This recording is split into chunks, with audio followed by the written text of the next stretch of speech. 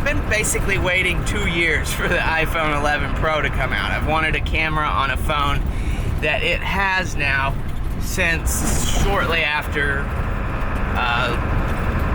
learning how to use a real camera. On the Pro, there are 3 different lenses, a 13, a 24, and a 50. And my current phone has a cracked screen, and I had it replaced at a store where somebody didn't know what they were doing and messed up the backlight. So there's this big dark spot at the bottom of the screen now, and just replacing the glass or, you know, even the screen on top will not fix the problem. It's not worth enough to repair the backlight. Therefore, it's time for a new one. So Verizon as a company, I really enjoy. Like, they have great service. Basically, they have great service. In most stores I go into, even in cities, there's enough of them around that the wait's never too long. I just spent an hour in the Verizon store in San Angelo trying to buy a $1,200 phone. Like, that's a little ridiculous. 2-star review. The girl at the counter was helpful. The company's good. The store in this town sucks. They need another one, and they need more employees in there. I only had one person in front of me, and it took an hour. Right now, there's 8 people in line. Software's got to update on the new one before we can use it. Here's the old one, which is cracked and no longer connected. And I don't know if you're going to be able to see the dark spot down in the corner here and the crack at the bottom, but this phone is done. They wouldn't even take it on a trade-in. It would have been $72, but that was too much with the cracked screen in it. And I'm excited about the 11. It's time for the upgrade. All right, the real comparison on this camera I want to do, those are the 3 lenses I was talking about, is to the RX100va, which is actually what I am shooting on right now. The van has been randomly dying.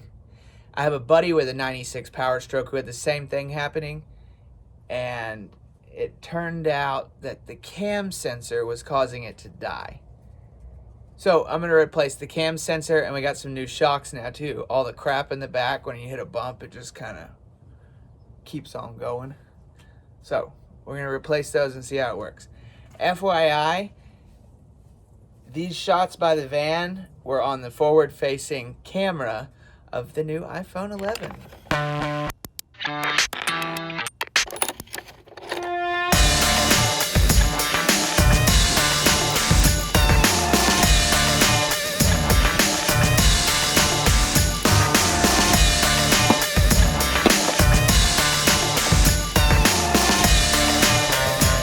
Go for this fucking shit.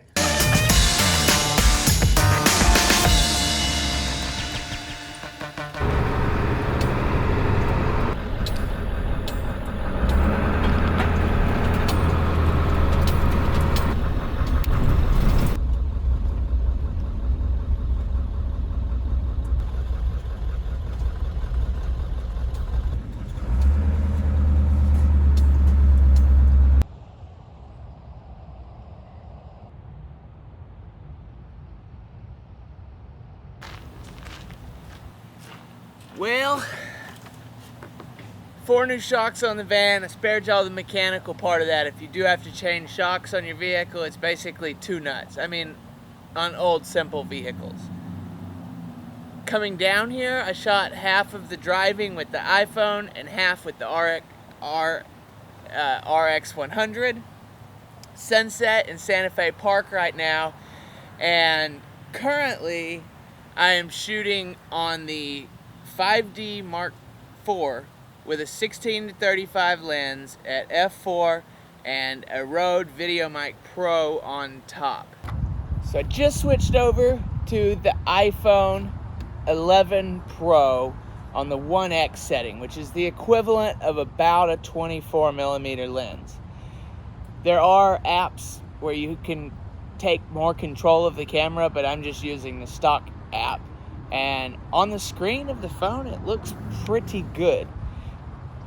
Editing it, I will know better what it looks like and what it sounds like compared to the Rode VideoMic Pro.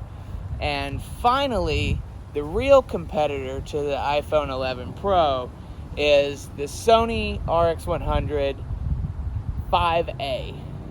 It has a built-in ND filter, which I love.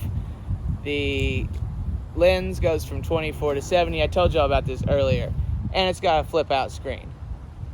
Finally, all three cameras are set up. The big one in the back is the 5D getting our wide. The RX100 and the iPhone 11 Pro are both set at 50mm right now. Edited using multicam, which I haven't done yet, I haven't compared, but I can let you know with subtitles, or I might pop in later if I have something serious to say. This is the chance you get to compare the footage. There is a video where some photographers did a wedding shoot using the iPhone 11 Pro and the 5D Mark IV and compared the pictures. I'll leave a link either up here or down there, one of the two.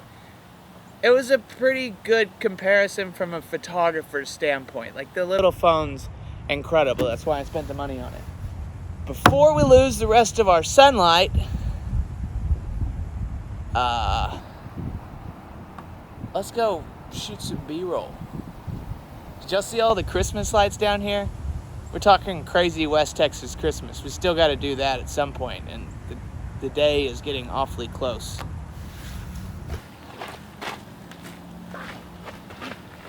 Wait, there's a few special functions on both cameras. Will shoot slow-mo. We don't have time or light to play with that. We'll do that in the daylight. Alright, so let's do a little stabilization right here. We got the handy RX100 versus the iPhone 11 Pro. The iPhone is on selfie mode. The RX100 is manual right now, which means the sky behind me you're capturing the sun, whereas the iPhone it's blowing out. It does try to balance it using the computer inside of it. We better go back before we lose our camera. So it'll actually take multiple exposures and blend them together. You don't have it, you get a prettier picture not knowing what you're doing in that case. The 5D Mark IV, the big Canon camera, the Pro camera with the L series lens on it, has no stabilization. And it's frustrating seeing the footage out of a $5,000 camera when it looks better out of my cell phone. You gotta have some crazy contraptions to make them look big. It's like old school. The cell phone's on the face, it's in selfie mode so I can see myself on the phone. And the RX100 has a flip-up screen so I can see myself there. 5D Mark IV does not have that either.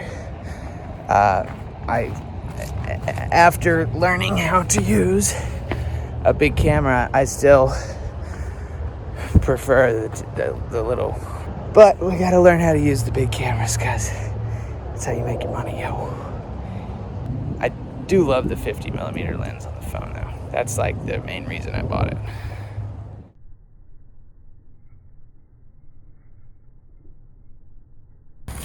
And this lens I have not tried very much. It is a 13mm on the front facing camera, which would be as great for vlogging and selfies, but there's no screen to see yourself on. And I already said we're gonna test slow motion and night shots. Oh, have fun. Howdy. How are y'all? I wish running sounded fun.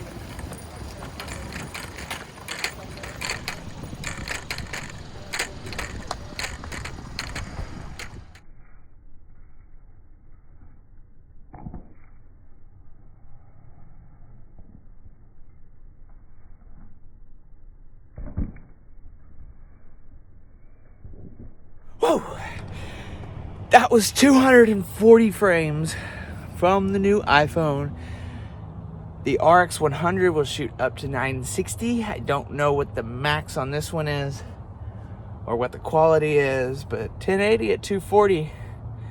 I mean, Canon DSLRs won't shoot that, not even the 1DX.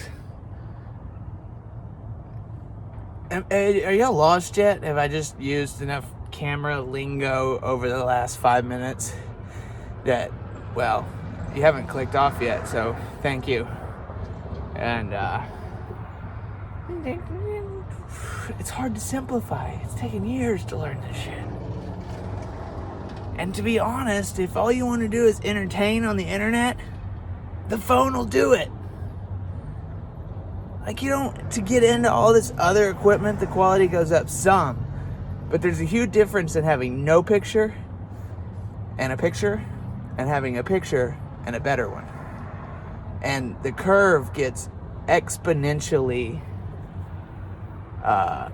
more expensive as you seek quality. So going from like a 4 to a 7 is like a couple $1,000s. Going from a 7 to an 8 is like 5s or 10s of thousands of dollars.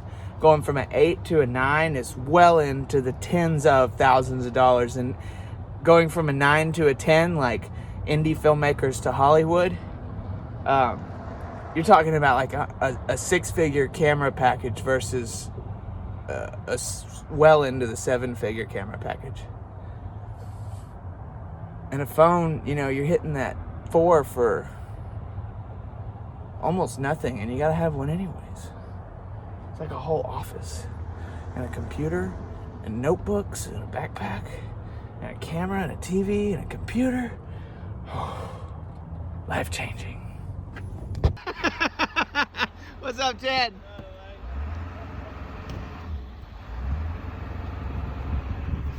That old white van right there was the first generation Baggett family boogie speedwagon.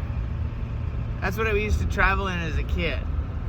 And then we stepped up to the actual boogie speedwagon, the tan diesel machine I'm driving now.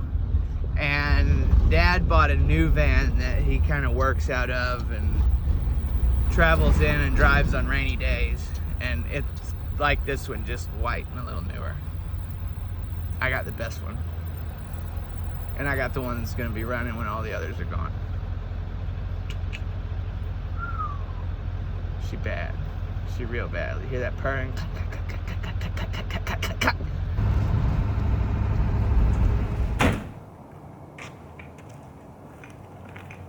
That's the third generation boogie speedwagon right there. Can you guess what camera I'm shooting on now? I'll go ahead and tell you, it's the Sony. And my actual light kit is this and this. That's the expensive part, minus all the lighting and grip and backdrops and tripods that are still in the van.